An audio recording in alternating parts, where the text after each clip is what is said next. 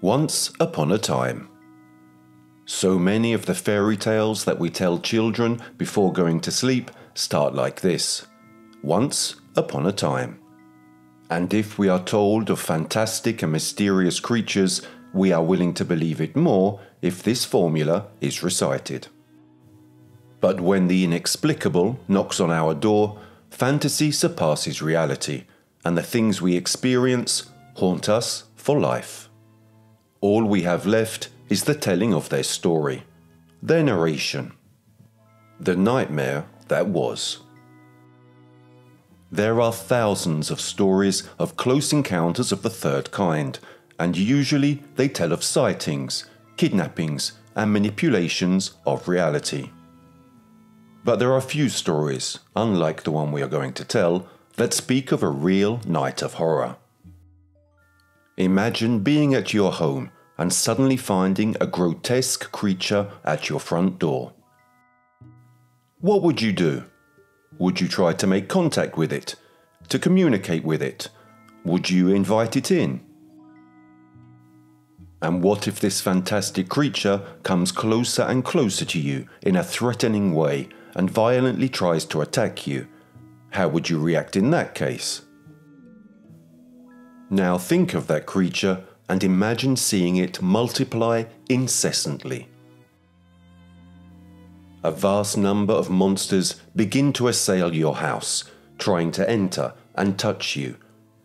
They reach out their arms to grab you. You cannot know the creature's intentions, and you cannot even risk it. Here you are, in a terrible story like this, and whatever your reaction, there is a common feeling that assails you and envelops you, that masters your next actions, and that feeling is fear. There is no moment of greater danger than when you are safely locked inside your own home, and something tries to enter against your will.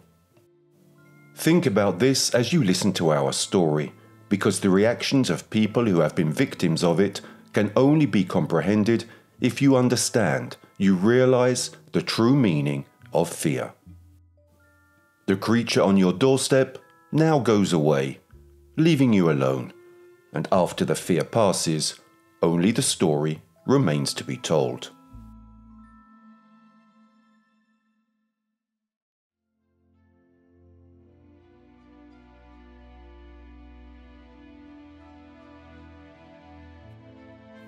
Once upon a time, in the mid-1950s, there was Hopkinsville, a quiet town in Christian County in the state of Kentucky, where the days go by calm and sunny. The hours pass on the picturesque clock tower of the old fire station. Like any other American city, ordinary people go to work. Children go to school. There are those who come for their holidays and those who carry out their daily duties. It's hot. It's the height of summer. The sun is scorching during the day, and some take refuge in a cafe to try to cool off a little bit. Then night falls, bringing a light, refreshing breeze. On a summer night like this one, August the 21st, 1955, the silence is broken by the screech of tires on the asphalt. Two cars cross the main road and then come to a stop in front of the police department. The night shift officers are immediately alarmed. There is something wrong. A moment of suspense, then the doors open and 8 adults with 3 children get out of the cars. They are some of the inhabitants of the farms in the surrounding plains, bordering Kelly.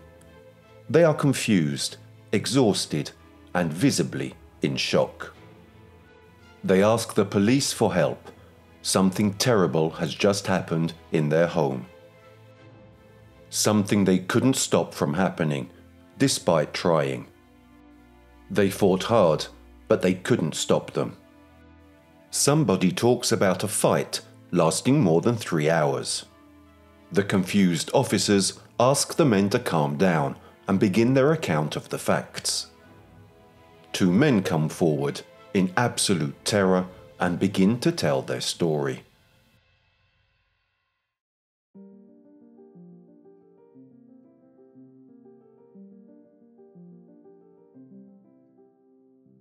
Kelly is a leafy community in Christian County, crisscrossed by a highway and a railroad, composed mostly of sparse country homes. Lucky Sutton is spending a few months at his mother Glennie's house, near Kelly Station.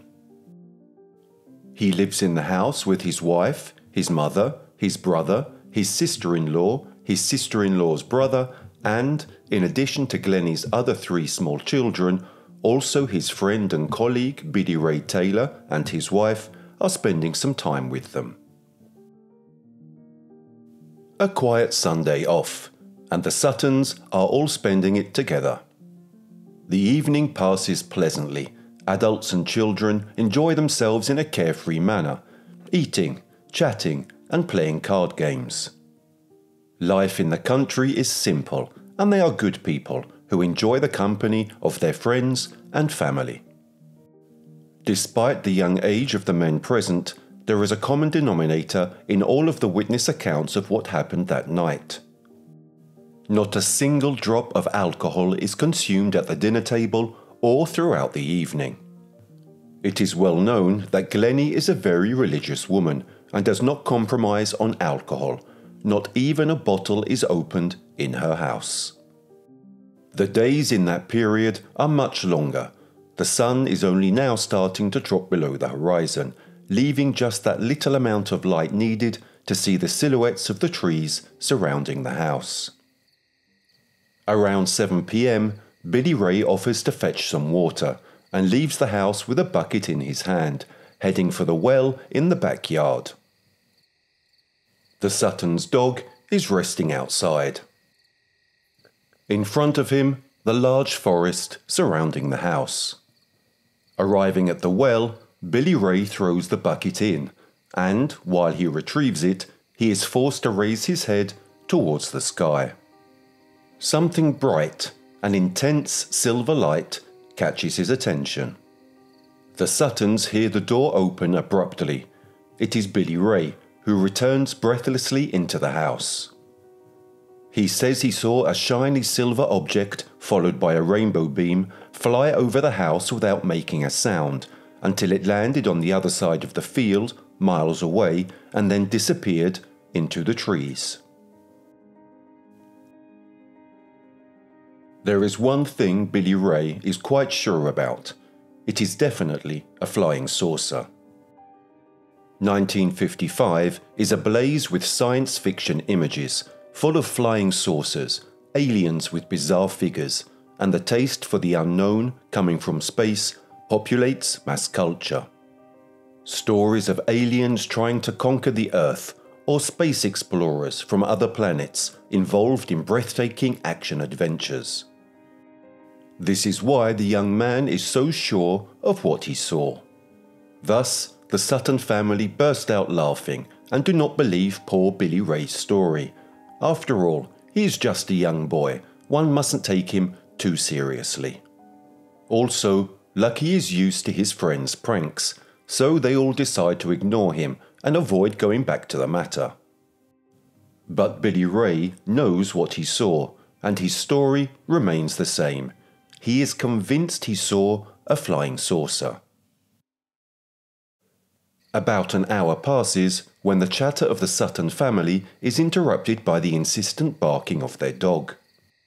Lucky, taken aback, leaves the house to check, and Billy Ray, who probably already thinks the worst, follows him to understand what's going on.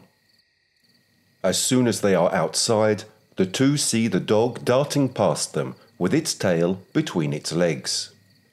They are perplexed. It is certainly unexpected behaviour for a dog who is used to sleeping outside in the countryside. But the forest hides the answer to their questions. A strange luminescence that seems to come from the darkness reflects on the leaves of the trees.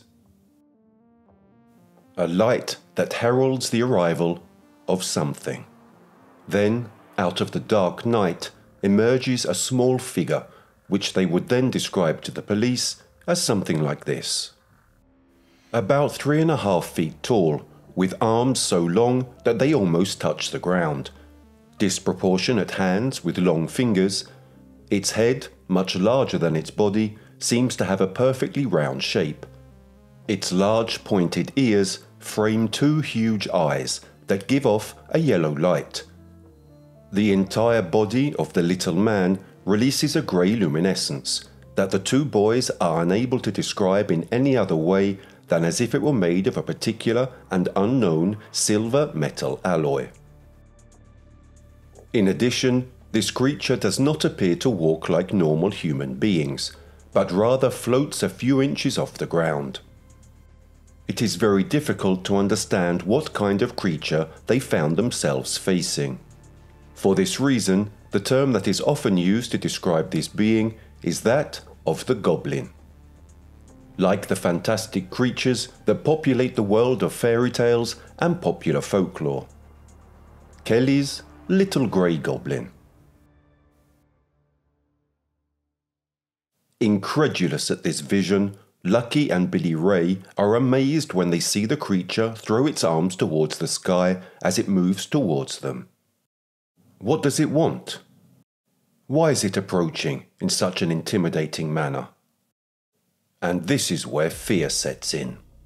Perhaps thinking of the women and children in the house, the young men's instinct for self-defense springs into action. In a panic and under threat, the 2 men return to the house and arm themselves with a rifle, a 20-gauge shotgun, and a large quantity of bullets, ready to defend their family and their home.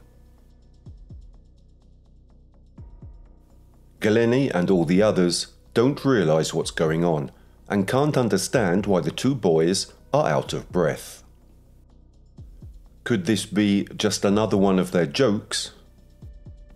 In the meantime, the little grey man gets closer and closer, floating in a sinister way towards the house, its arms raised as if to try to grab something or to attack from a distance, and it is at this point that the questions of the other members of the family get a clear answer to. From the door of the house, everyone can clearly see the silver goblin. It is definitely not one of the boys' jokes. Glennie screams in fear, the children panic, and even the adults can't seem to keep their calm. The unknown is at their door. Hearing the screams of their families, Lucky and Billy Ray finally gather their courage and fire the first shots. Against all odds, the bullets make a sound like when a tin can is shot. And this result is certainly not the one they desired. The creature, instead of collapsing to the ground to die, makes a strange leap backwards and then disappears completely into the darkness of the forest.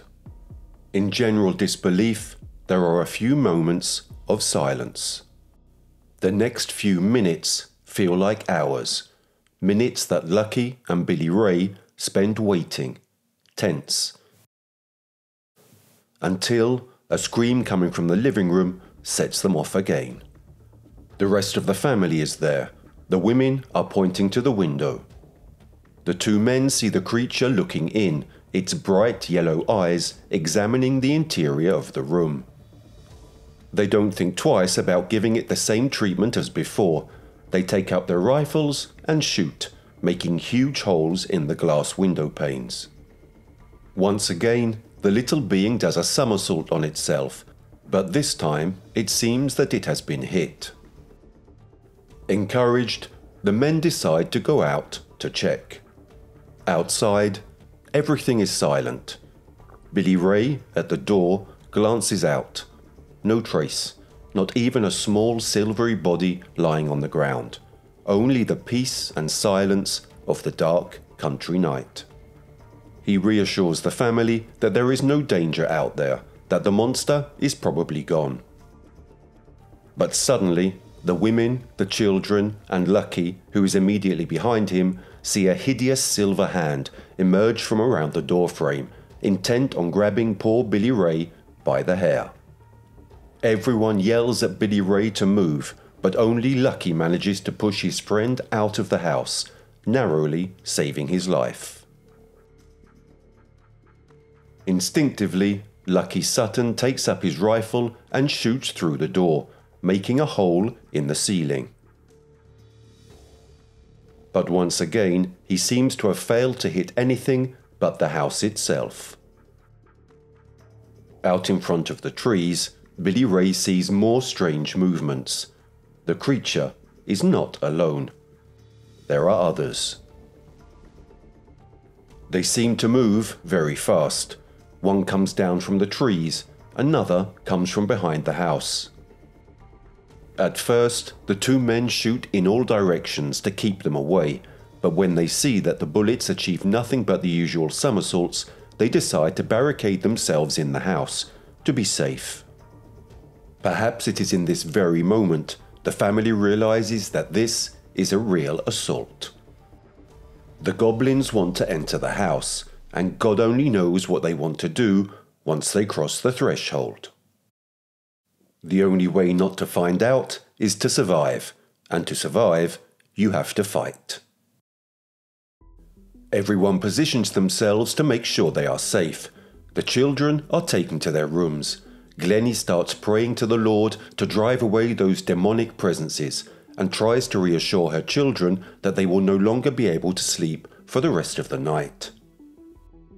The following hours pass between disturbing noises of nails on the roof, sightings in different parts of the house, and several rifle shots to try to repel the threat.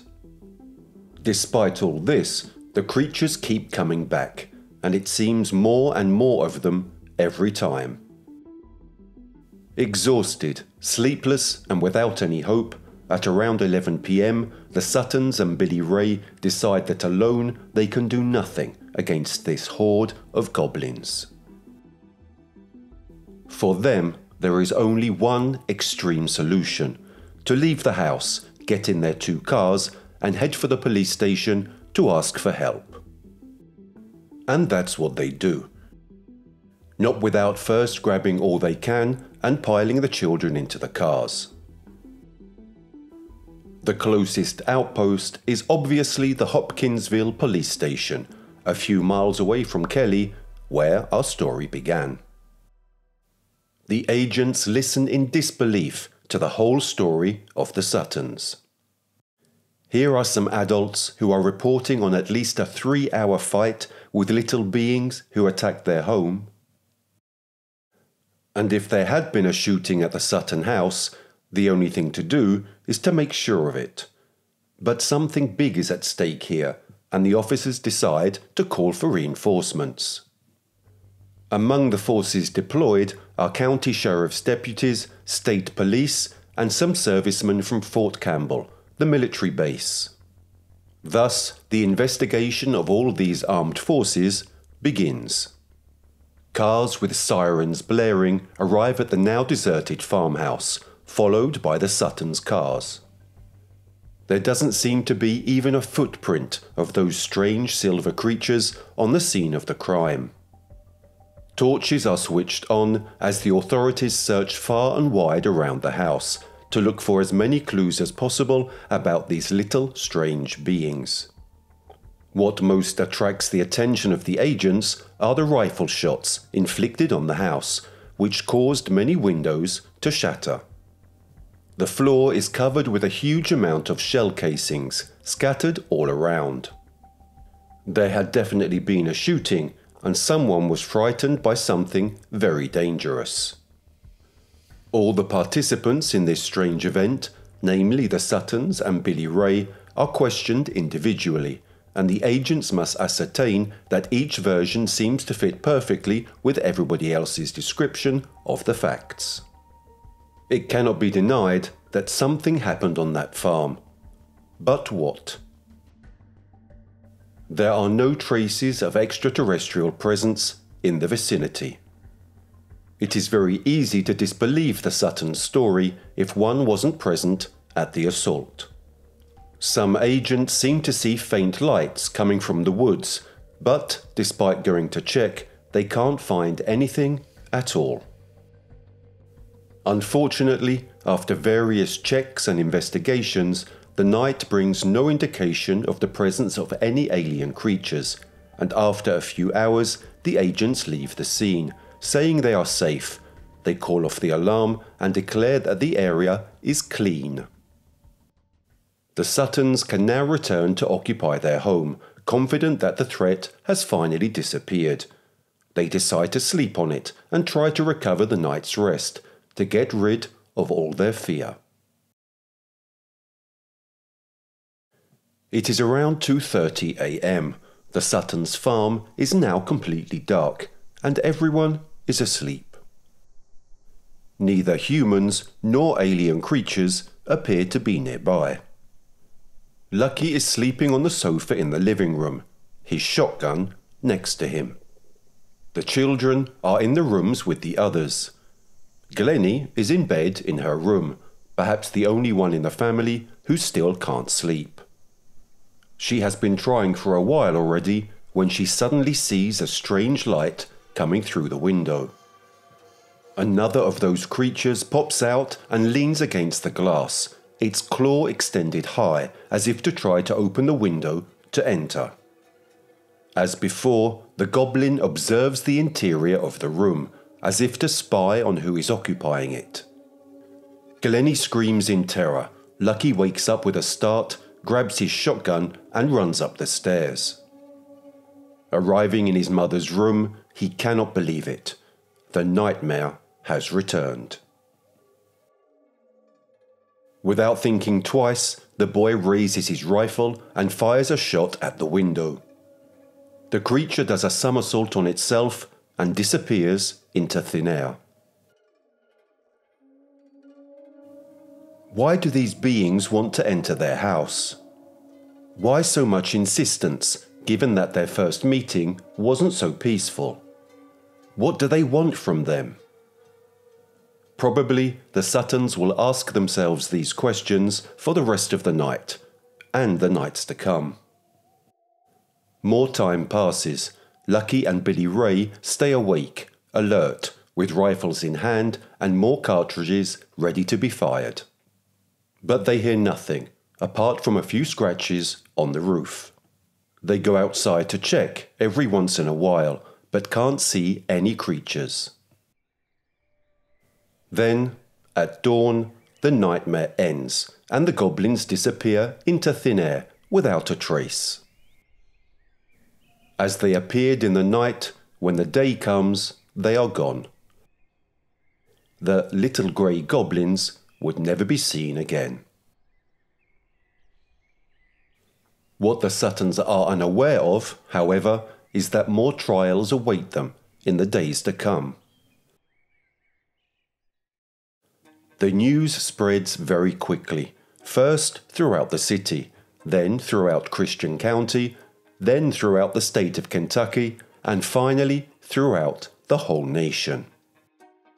Everyone is talking about the Kelly-Hopkinsville assault on the night of August the 21st, August the 22nd.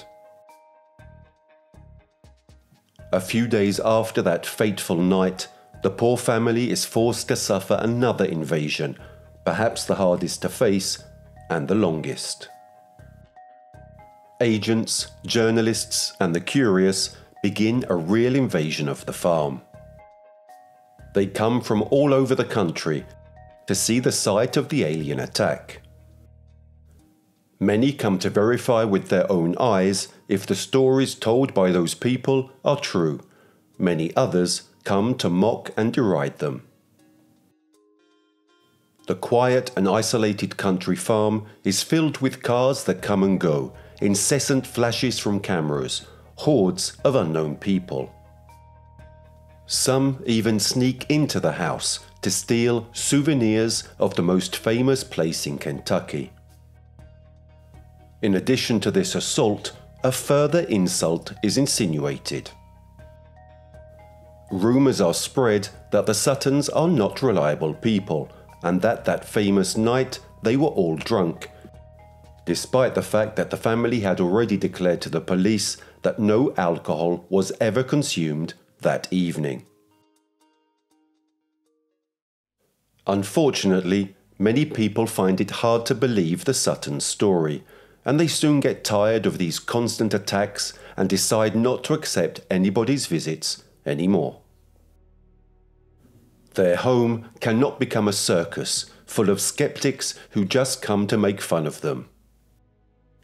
The Suttons close off all access to everybody and post a sign in front of their house that reads, "No trespassing." Years go by and an event such as this one never happens again, neither at the Sutton home nor nearby. So the story becomes village folklore, then a legend. But there is still one last chapter in the Sutton story. We have told you of how this family was harassed and made fun of by all those people who never believed them. Well, we must never think that these incidents have no consequences. About 10 years later, the family leaves the house where they spent the best moments of their lives together, and they will never return there again.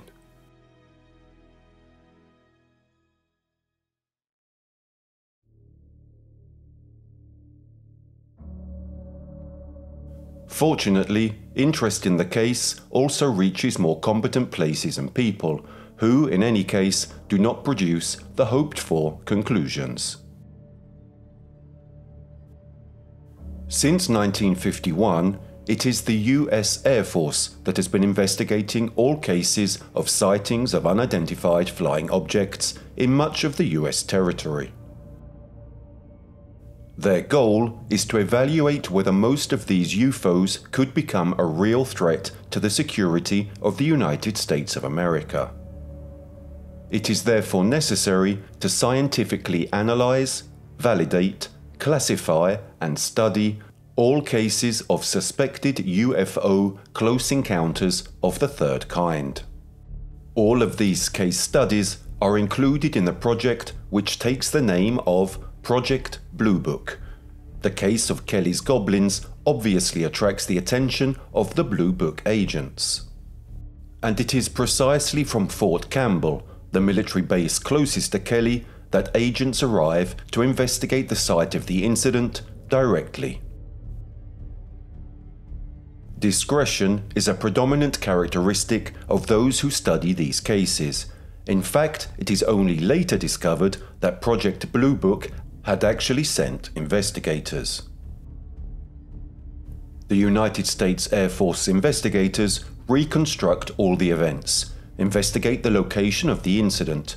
They come into possession of key testimonies, witnesses, and even documents, such as the identikit of the aliens created by local police officers. If little alien beings attacked a home for an entire night, what could prevent them from causing even greater turmoil in the entire nation? In the Project Blue Book report, an attempt is also made to prove the arrival of the unidentified flying object above the Sutton house, the beginning of everything, Billy Ray's initial story. And this is actually the hardest thing for the Suttons to prove. When Billy Ray returns home on the evening of August the 21st with his story of the flying saucer, it is precisely where the skepticism of all those present during the evening begins. During that same night, after the local police investigate the location of the incident, many police officers claim that they found absolutely nothing to prove the occurrence of such a fact. There is nothing at the location where Billy Ray saw the flying saucer land, although some claim to see a strange smoothing of the ground where some flying vehicle could have clearly landed. But many details of the story told so far coincide with those of a close encounter of the third kind, on a large scale. Close encounters are very particular events studied by ufology experts. When an individual reports an encounter or sighting with an unidentified flying object, and living beings associated with it. Over the years, researchers of these cases have managed to categorize 3 kinds of close encounters. A close encounter of the first kind, which concerns the sighting of a UFO understood as a flying vehicle unrecognized among those used by humans, or strange floating lights. And we can be pretty sure, without Billy Ray even realizing it, that his testimony falls into this category. A close encounter of the second kind, on the other hand, refers to all those changes or strange facts that occur after a direct encounter with an alien presence. Traces on the ground, memory lapses, interference.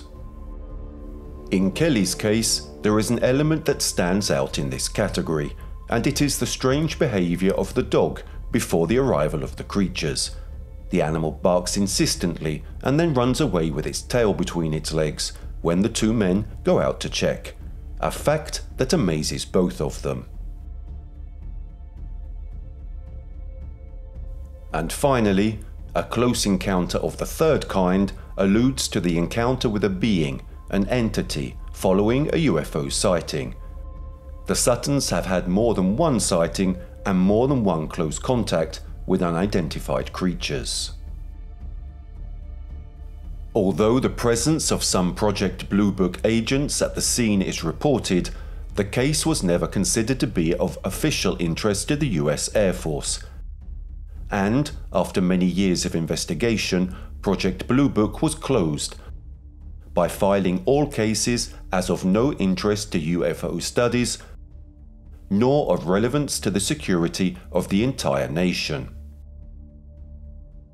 Which is a very strange fact, since many of the cases in which their agents were involved, including the Kelly-Hopkinsville case, carried evidence and testimony of sightings, abductions, close encounters, and even, as in this case, direct attacks on civilians. After the closure of Project Blue Book, many of the reports which the investigators had worked on over the years are available, unencrypted on the internet, for everyone to read.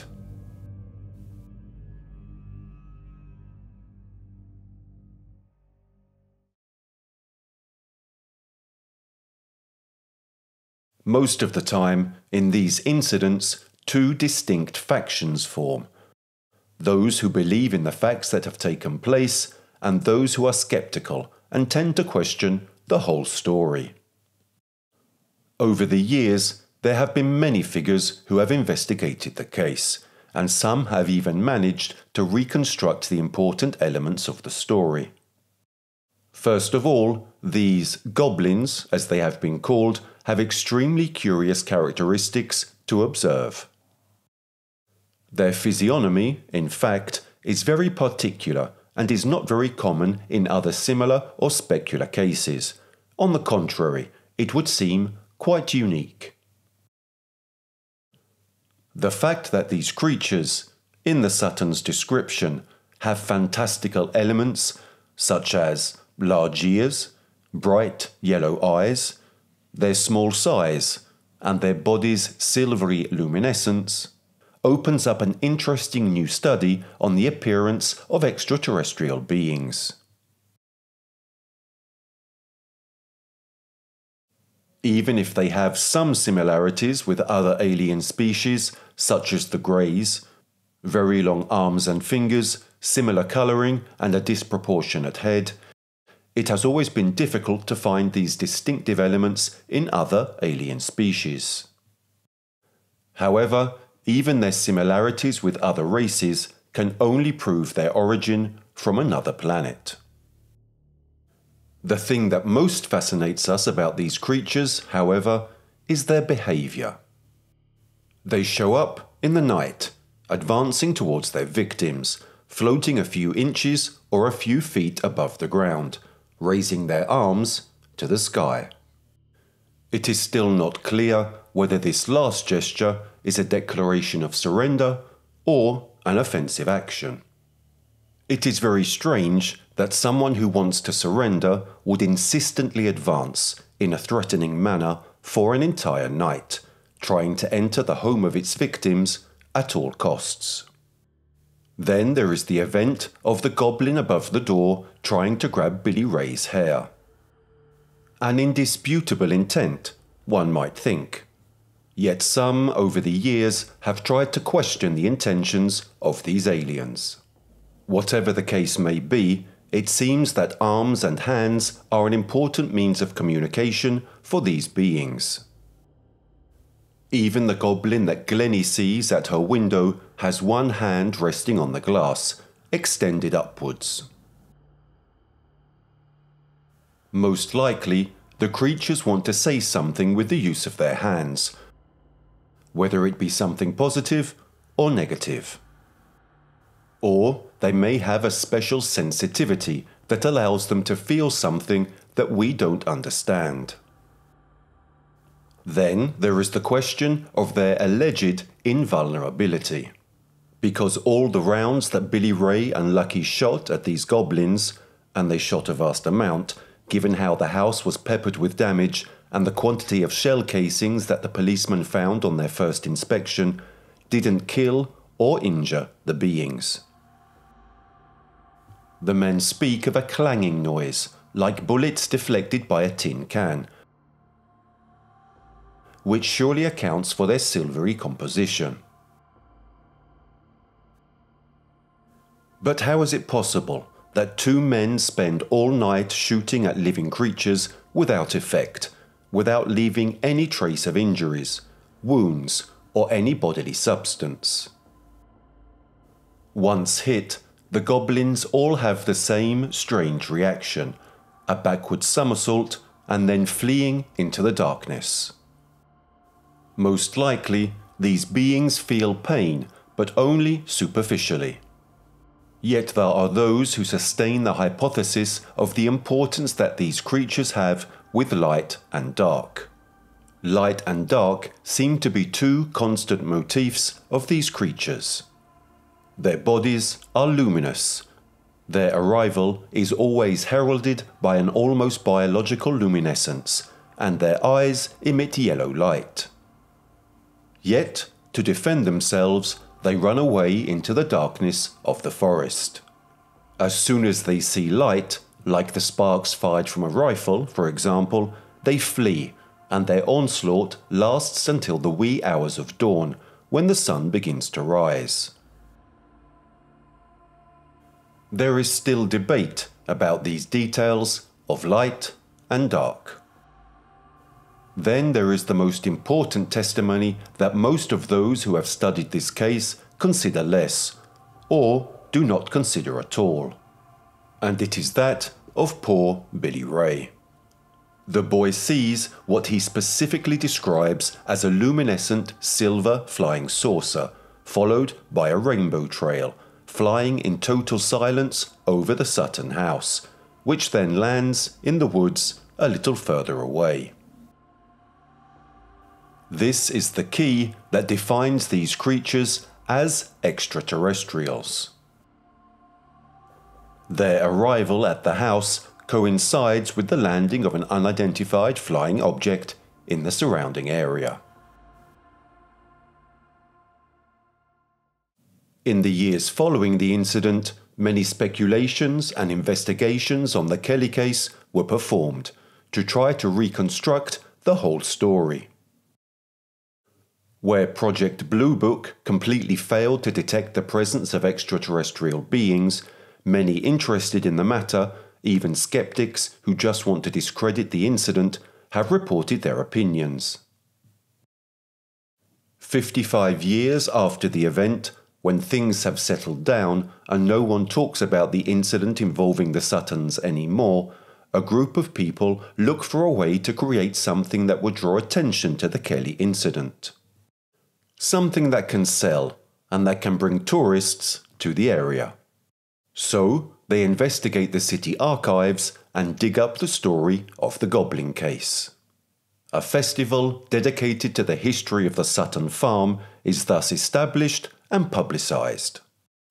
There are parades, festivities, games and souvenir stalls, all dedicated to the goblins, or little green men, as they call them. On these occasions, there are many discussions on the matter, and various experts intervene to investigate the case, reconstruct the testimonies, and try to give an explanation, even two rational explanations, most of the time. On the occasion of one of these anniversaries, a paranormal investigator is hired to reconstruct the story and shed light on some of the facts. So, 50 years later, the case is reopened. The investigator interrogates all the witnesses who are still alive, visits the locations of the facts, and consults all the documents of the city archives of both Kelly and Hopkinsville. He goes through all the statements once again and inspects the reports of the agents involved in the investigation in 1955. Then he discovers something that makes him strongly doubt the story as it was told. Let's start from the beginning. It's 7 p.m. Billy Ray has just left the house with the bucket, heading to the well. When he goes to retrieve the bucket, he looks up at the sky and sees a silver light pass over his head. Hurrying back, Billy Ray returns home out of breath and reveals to the Suttons what he saw. But what does Billy Ray say that he actually saw? In one of the very first statements, it would appear that the poor, scared boy told the Suttons that he saw a large shooting star that crossed the sky above their heads. Only in later reports is there mention of a flying saucer and a spaceship landing behind the trees. The investigator goes even further and also discovers something else. In the period of the incident, August 1955, in the Kentucky area, meteor showers occur that are known as the Kappa Cygnids, which are part of the meteor shower called Perseid. Meteor showers that are also seen from the Fort Campbell military base, a few miles from the farm. But there is always something that just doesn't add up. Why is the Project Blue Book interested in the case? And more importantly, why don't the Suttons believe Billy Ray's story when he tells it to them? If he talks about a bright meteor crossing the sky, what could be so strange as to not believe the boy? But above all, where do the silvery creatures enter the story? The investigator dwells on many other aspects that either enrich the elements of evidence or bring into doubt some details of the story. Fear can also lead to over-rationalizing. Many wonder, if there was a shooting in the silence of the night, did anyone nearby at least hear anything?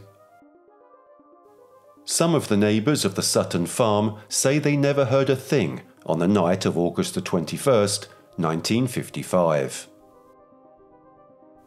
Others, such as a nearby farmer, report the following. The man who lives alone on a farm a few miles away from the Suttons, towards evening sees lights that surround his neighbour's house. At first, he thinks the Suttons have lost one of their farm animals and are looking for it in the forest. Perfectly normal behaviour for a farm that raises animals. Some can escape, or worse, can be taken by other wild beasts to be eaten. Validating his thesis, later in the evening, rifle shots ring out from the Sutton farm. At this point, the man begins to think that some wild animal is threatening the neighbour's livestock. This too, a normal occurrence in country life. The danger will remain until these animals leave his farm in peace. This testimony would contradict the police investigations, which instead report the accounts of other neighbours who say they hadn't heard anything. But let's return to the experience the Suttons went through, and above all to that of Lucky and Billy Ray. There is, in fact, an important element that heralds the arrival of the goblins at the farm, which is the strange luminescence that comes from the forest, present in all the eyewitness accounts, including this last account from their neighbour. The lights, according to the narration of the facts, would seem to come from the flying saucer spotted by Billy Ray, and from the silver luminescence of the creatures themselves, or the yellow light from their big eyes. Then there is the policeman who, later that evening, says he saw faint lights coming from the trees, but afterwards found nothing. Those who try to rationalize the story too much speak of the glowing in the forest as deriving from foxfires, bioluminescent mushrooms that grow on the decomposing bark of trees, also in the sylvan areas of Kentucky. Mushrooms. This would be the rational answer. But what about the goblins? They speak of creatures of a certain height, with enormous arms, legs, eyes and ears on a disproportionate head, with a body that appears to be made of metal. Skeptics have attempted to rationalize this as well. In fact, it is said that in the area there is the presence of some species of birds, such as the great horned owl or the barn owl, and that their physiognomy is very similar to that described by the Suttons that night. Pointed ears, enormous yellow eyes, a disproportionate head with regard to the body, and a very pronounced wingspan. Furthermore, the summer period would be precisely the period in which these animals feed their young, and therefore become particularly aggressive with other living beings to defend their offspring. Therefore, according to these theories, a flock of owls would have attacked the farm non-stop for an entire night, trying to enter the house several times. But above all, without suffering the slightest effect from the shots fired by Lucky and Billy Ray, and without leaving a trace of blood or signs of injuries. They also tell of the sound that the bullets make on the bodies of these beings, of how their composition seems to be of a particular metal alloy, and of the fact that none of them suffer the slightest damage from firearms. Furthermore, the behaviour of the beings does not seem to correspond to an attitude of defence, but more an attitude of attack. Placing an entire family under attack for a whole night and being subjected to repeated gunshots that would frighten any animal, deterring it from any type of continued attack, does not appear to be the typical behaviour of a bird living in those areas. Among the most widespread skepticism, there is also that regarding the quantity of these owls that would have attacked the house. In fact, those who try to discredit the Sutton story tend to say that their story mainly refers to the presence of just 2 birds that show up in different moments during the evening, and that in reality this is not a swarm of goblins, but simply a few birds. Other doubters wouldn't approve of the owl theory, but rather prefer the crazier one that Billy Ray and Lucky brought back monkeys from a fair they worked at, to play a trick on their family members. Fear creates different reactions in every one of us. It makes us react in an exaggerated way, perhaps in front of an event that is much more contained than what actually appears before our eyes, or it makes us believe that it is all an invention. An invention that we can question on the basis of theories and reasoning that we consider more logical, safer. The fact is that the Hopkinsville-Kelly incident is more scary today than it ever was in the past. In one of the most recent recurrences, many were concerned about a particular situation that would arise. Indeed, 62 years later, a major solar eclipse coincides with the anniversary of the Sutton case. Many citizens await, on this precise occasion, the return of the aliens. Their intuition is correct. Once again, light as an element that distinguishes the arrival or departure of these beings. The advent of the goblins, which is marked by the anticipated fall of darkness. And many people show up from all over the United States to witness the return of the aliens. All gathered in Kelly, but when the eclipse arrives, however, nothing happens. Some swear that they have perceived something strange that day, that they have seen suspicious presences, or that they have found themselves in front of something inexplicable. But the aliens didn't come back to Kelly that day. As much as we try to anticipate it, the unknown is unpredictable, and although we can interpret some of its signals, we will never be allowed to fully understand what moves these mysteries. Today, Hopkinsville is still that quiet and cheerful town that appeared at the beginning of our story, almost always full of the comings and goings of people who live there and of those who pass by. Some people live there and some come for work. Others come and go to see the goblins. And Kelly? It too has been enriched here and there with that curious and amusing atmosphere that surrounds the case of the goblins. This is the power of stories, even when you can't accept that they are true. Even fear can be turned into commerce, entertainment, and play. It is one of the ways that the inhabitants of planet Earth use to exorcise fear, to make less dangerous what we cannot understand so easily, what scares us the most. One could say that now aliens exist every day in Kentucky, and that it is very likely that they will not go away so easily.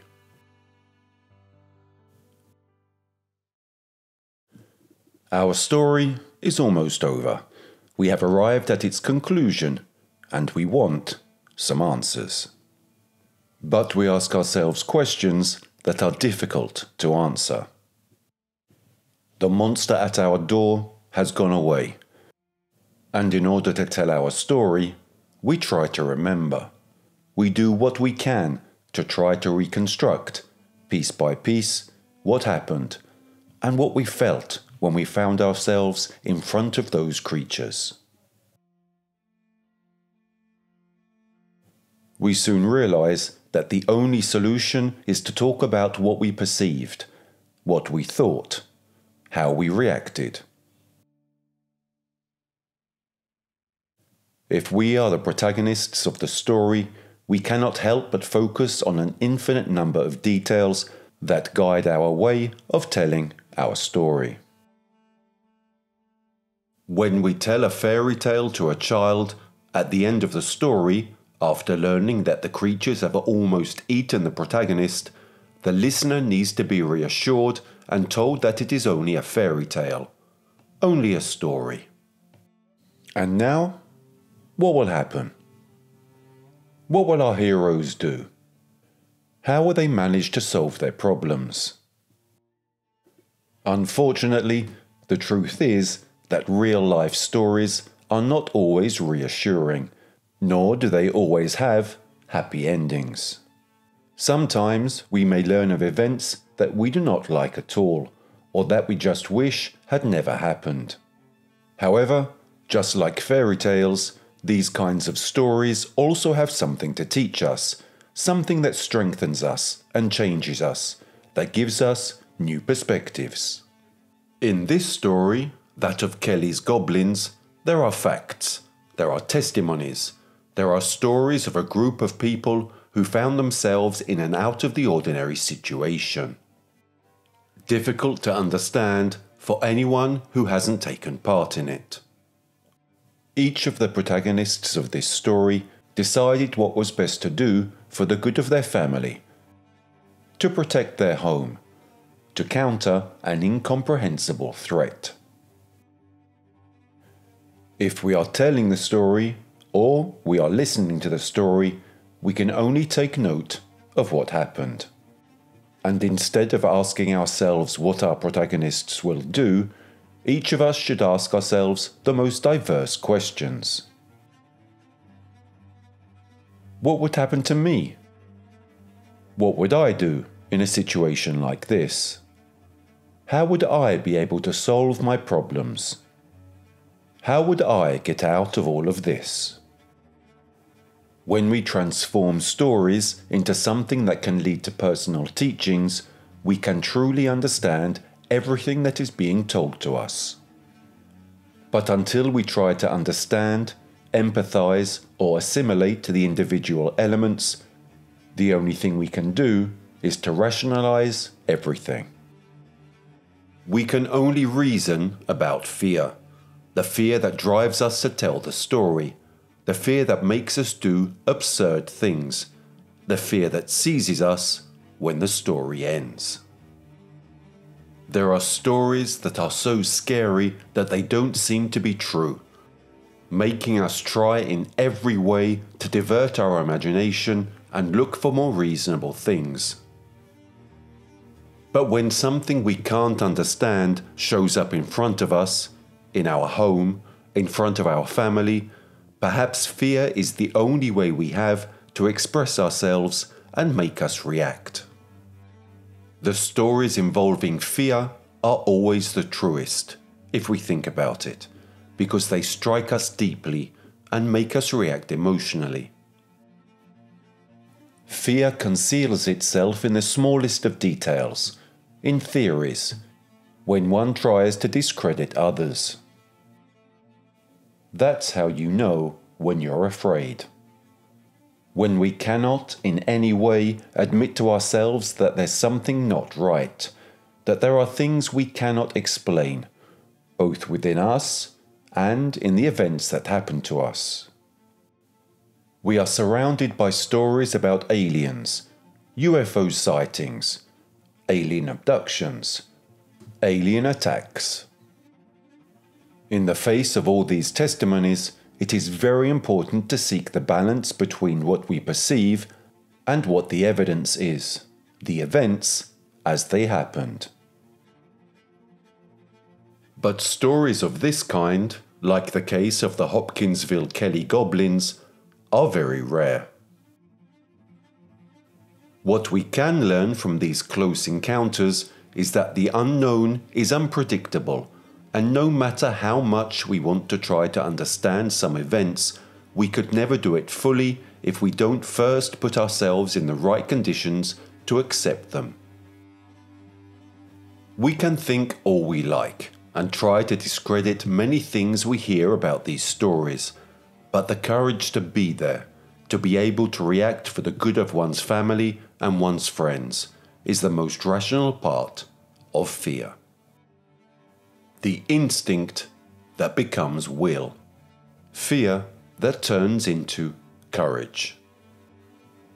Billy Ray's courage to tell of what he saw on the night of August the 21st, as he went to fetch water from the well. Lucky's courage to fight back and decide to face these creatures at all costs. Also Glennie's courage not to lose heart and to pray for all this to end. And finally, the courage to ask for help, to tell of what happened despite the fact this may lead to derision or skepticism. The Suttons have fought longer and harder with those who have always tried to discredit them and slander them than with those same creatures who attacked their home that night in 1955. They fought in order to stay together, to dedicate themselves to their family, to their future. Then they fought to reconstruct this story, to be told and described in detail, to let the world know what happened to them that night on their farm. Without their input, there wouldn't be as many details about this monumentous alien event. About this interesting case, where something new is always discovered every time it is told. This is true Sutton courage. Their legacy. Their fight with the goblins never ended that night. It was just the beginning. And their battle continues in the search for the truth about these events, something that can only be found out there, once upon a time.